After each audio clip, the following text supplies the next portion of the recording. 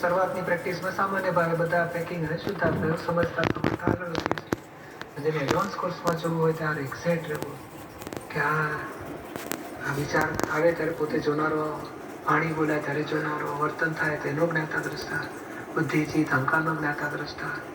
જેમ હું ફાઇલ 1નો જ્ઞાતા દ્રષ્ટા રહી શકું છું, એ પણ એની ફાઇલનો જ્ઞાતા દ્રષ્ટા રહે છે. એને જાગૃતિ નથી રહેતી, તન્મયા કરે છે, પણ મૂળ સ્વરૂપે તો પોતે આ જ છે, આત્મા અને જ્ઞાતા દ્રષ્ટા છે. ધીમે ધીમે એક સામાન્ય ભાવે બધાને જોયા, પછી ધીમે ધીમે આગળ એડવાન્સ કોર્સમાં જવું જોઈએ આપણે. એને એક્ઝેક્ટ શુદ્ધાત્મા સ્વરૂપે જુઓ. અને જેટલું એક્ઝેક્ટ શુદ્ધાત્મા સ્વરૂપે જોઈશું ને, તો રાગ દ્વેષ ના થાય, કોઈ અભિપ્રાય ના અપાય, કોઈ નેગેટિવિટી, દોષ દ્રષ્ટિ, મોહ દ્રષ્ટિ, કશું જ વિકાર દ્રષ્ટિ કશું જ ના રહે. કેવળ શુદ્ધાત્મા જોવાથી નિર્વિકારી, નિર્મોહી અને નિરાકુળ આનંદવાળી દ્રષ્ટિને આપણને કંઈ ભોગવટા ના હોય, રાગદ્વેષ વગરની સ્થિતિ હોય. એટલે એક્ઝેક્ટ શુદ્ધાત્મા જેમ જેમ જોવાતા જશે આપણા, તેમ તેમ પછી આમ કહે ને સહજ ભાવ રહે આપણને, કશું રાગદ્વેષ વગરની સ્થિતિ. એટલે અત્યારે આપણે આ સામાન્ય ભાવે નાનપણથી અત્યાર સુધી બધી વ્યક્તિઓની શુદ્ધાત્મા જોતા જોતા બધું આગળ સ્કૂલો, કોલેજો, આડોશી પાડોશી, કુટુંબની વ્યક્તિઓ, પછી થિયેટર, ટીવી જોયા, પિક્ચરો જોયા, ને એમાંય વ્યક્તિઓના શુદ્ધાત્મા જોઈ લો બધાને. એરપોર્ટ હોય, જે દેખાય કે કેટલી સ્ત્રીઓ જોઈ હોય, પુરુષો જોયા હોય, મોહ દ્રષ્ટિથી, તો એ બધા શુદ્ધાત્મા જોતા. એક એક જીવનના નાના નાના સ્ટેજ લેતા જવાનું કે આ જગાએ લગ્ન પ્રસંગોમાં એક એક વ્યક્તિ કેટલાય પ્રસંગો પસાર થયા છે, તો મોહ દ્રષ્ટિથી જ જોતા હતા. હવે શુદ્ધાત્મા રૂપે જુઓ. સ્કૂલો તો કે ભાઈ પહેલા ધોરણ, બીજા ધોરણ, ત્રીજા ધોરણ કરતા કરતા આખો પ્રોગ્રામ લો. ભાઈ કોલેજ તો કા first year, second year, third, fourth બધું. પછી આ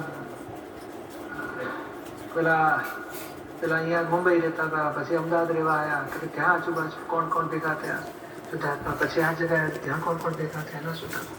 એમ કરતા કરતા જીવનના દરેક સ્ટેજે, દરેક બાબતોના દરેક પ્રસંગોમાં, લગ્ન પ્રસંગો, શોક સભામાં, એ પ્રસંગોમાં, દરેક પ્રસંગોને ધીમે ધીમે ધીમે ધીમે બધું શુદ્ધાત્મા જોવાનો પ્રયોગ વધારતા જવાનો. તો આ એક આપણી પાસે એવી દ્રષ્ટિ છે કે આપણે ફ્રી ટાઈમ ના કહો છો, ફ્રી ટાઈમ છે, નવરા બેઠા છીએ, તો ચાલો અમુક પ્રસંગ યાદ કરો કે ચાલો નાનપણથી સ્કૂલો બધી વ્યક્તિઓનો શુદ્ધાત્મા જોઈ લેવા છે, કોલેજના બધા શુદ્ધાત્મા જોઈ લેવા છે, પછી આ બાબતના શુદ્ધાત્મા જોઈ લેવા છે. એવું એક આપણો પ્રયોગ કરતા કરતા હવે સિમંદર સિટી હોઈએ તો કે ત્યાં આજે કોણ ભેગા થયા, બધાનું શુદ્ધાત્મા જોઈ લો. અહીંયા છીએ તો આજના દિવસમાં સવારથી અત્યાર સુધી કોણ કોણ ભેગા થયા, બધા શુદ્ધાત્મા જોઈ લો. જમતી વખતે તો કામ સેવા કરનારા કે ખોરાકનું બધું જમણ આપી રસનારા કોણ કોણ આજુબાજુ બધા દેખાયા, બધાને શુદ્ધાત્મા જોઈ લો. એ પ્રેક્ટિસ કરતા કરતા આપણને નિરંતર જ્યાં દ્રષ્ટિ પડે તો શુદ્ધાત્મા જ જોવાની દ્રષ્ટિ રહ્યા જ કરે આપણને. એ સહજ સ્થિતિમાં શુદ્ધાત્મા અને પ્રકૃતિ એ સહજ વર્ત્યા કરે એવું આપણે ધીમે ધીમે થયા કરે એવું આપણે જોઈએ છે. દરેક વ્યવહાર ચાલ્યા કરતો હોય એને ફાઇલ 1ને જુદા જોયા કરતા હોઈએ, એના શુદ્ધાત્મા જોઈએ, એની પ્રકૃતિની ડિસ્ચાર્જ થતી એને જોયા કરીએ.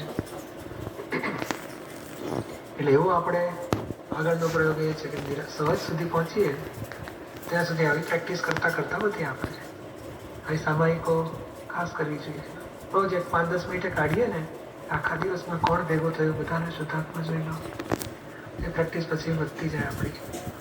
5 આજ્ઞામાં પહેલી 2 આજ્ઞા આપણે સિદ્ધ કરવી છે. આ પ્રેક્ટિસથી કરી શકાય. અત્યારે આપણે સરસ વિધિ કરીએ અને નાનપણથી અત્યાર સુધી શુદ્ધાત્મા જોયા વ્યક્તિઓને બધાને શુદ્ધાત્મા જોઈએ એવી સામાયિક કરીશું આપણે. બોલો, હે દાદા ભગવાન, હે શ્રી સિમંદર સ્વામી પ્રભુ, મને શુદ્ધ ઉપયોગ પૂર્વક આખા જીવન કાળમાં જે વ્યક્તિઓ ભેગી થઈ એને પહેલી 2 આજ્ઞા સુધી રિલેટિવ સ્વરૂપ અને રિયલ સ્વરૂપ જુદું જોઈ રિયલમાં શુદ્ધાત્મા જ છે એમ પ્રત્યેકને જોઈને